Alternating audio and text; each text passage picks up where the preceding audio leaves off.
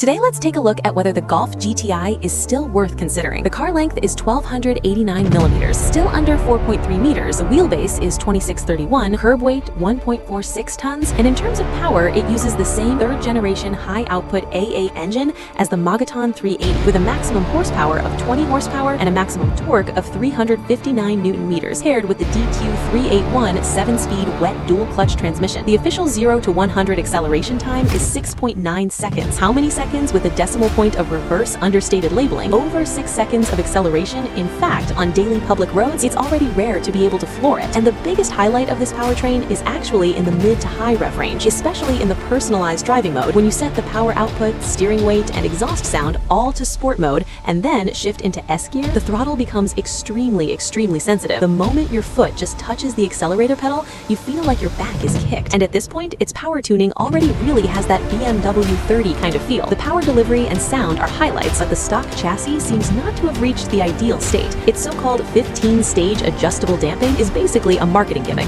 with 14 of the stages being just height, because even when you adjust it to the hardest setting, it can only be considered relatively tight and taut, but still not hard enough, especially when you are weaving and overtaking in S-shaped maneuvers or cornering at relatively high speeds. You can still feel the suspension compressing left and right and swaying side to side. And in fact, what it comes with from the factory is indeed very basic. Standard 18-inch wheels. The wheel size is actually well reserved, but inside is a brake disc with a diameter of about 3 centimeters paired with a small single piston caliper, and the tire width is only 25 millimeters. But this car is also very smart. You see, for things that are convenient for you to upgrade later, it gives you something very basic. But for the rear, things like the rear wing, exhaust tips, and exhaust sound that are not allowed to be upgraded later, the factory already equips them for you. Open the tailgate and take a look. For a car length of under 4.3 meters, a 342-liter trunk capacity is already acceptable. Basically, all the usable space is utilized, and with the hatchback structure, it's also quite convenient to load small items. In terms of value retention, looking at second-hand cars, 3-year-old 8th generation GTIs are currently roughly at a market price of around 40 to 50,000 yuan. Next, let's get in the car and take a look at the interior.